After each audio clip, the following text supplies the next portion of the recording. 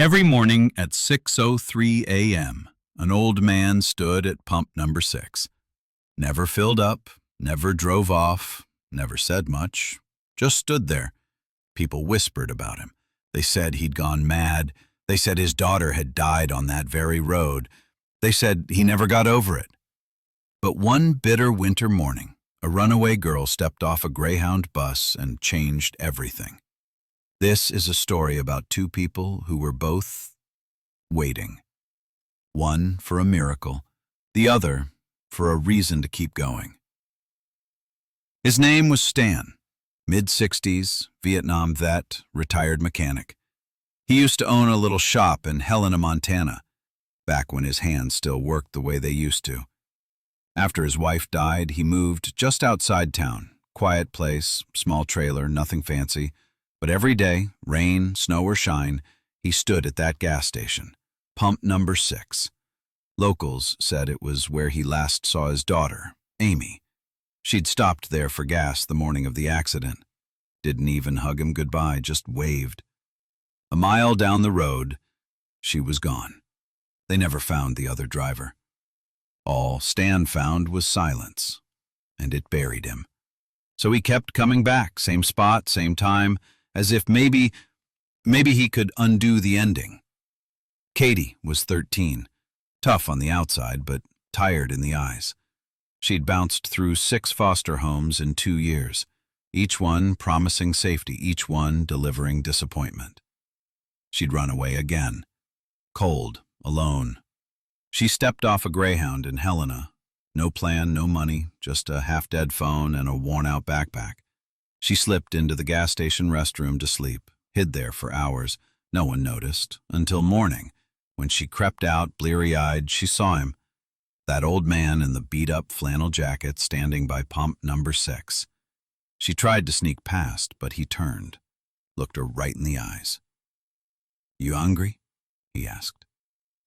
She froze, didn't answer. Stan didn't push, just reached into his pocket and handed her a granola bar. "Not poisoned, I promise," he muttered. She took it. That was the beginning. Katie started showing up every morning. She never admitted it, but she waited for him. Stan brought her gloves one day, a thermos of soup the next. She helped him clean out an old tool shed behind the station. It became routine. 2 broken clocks ticking together. One day she asked, "Why do you just stand there?"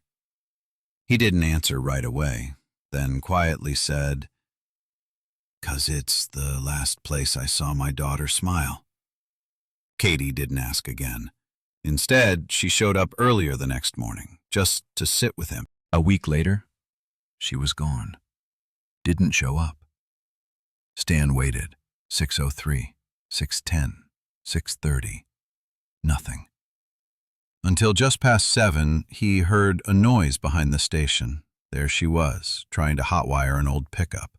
Stan didn't yell, didn't scold. He just stood there and said, "If you're gonna steal a truck, maybe don't choose the one with no engine." Katie snapped. "You don't get it. People leave me. I leave them first. That's how it works." Stan said nothing, then slowly walked to the cab, opened the glove box, pulled out a small leather tool belt. "My daughter's," he said. "Maybe it fits you now." She stared. Didn't cry. Didn't smile. Just slipped it on. Over the next few weeks, they fixed up the red truck together. Rusty, ugly, stubborn, just like both of them. He taught her about carburetors. She taught him about TikTok. She painted 2 words on the hood: second chance. One day, a social worker showed up. Someone at the gas station had tipped her off. Katie panicked, but Stan stepped forward. "She's with me," he said. "You want to take her, you'll need a better reason than it's policy." The social worker hesitated, then asked, "Are you family?" Stan looked at Katie, then back. "I'm what she's got." Silence. Then finally, "We'll start the paperwork." A year later, people noticed something strange. Pump number 6 was empty. No old man, no flannel, no silence. Instead, Stan was inside the gas station, helping a teenage girl study for her GED. Katie. She wasn't a runaway anymore, and he wasn't a ghost. He was Dad. She didn't call him that out loud, but she wrote it on a birthday card that read, "Thank you for choosing me." Not all heroes wear capes. Some just stand by a gas pump every morning, hoping life might give them a second chance. Sometimes the universe doesn't heal you with big miracles. Sometimes it sends you a runaway kid with grease on her face and a stubborn streak the size of Montana. And if you're brave enough to stay still, to keep showing up, you might just find that love, in all its broken forms, still has a full tank.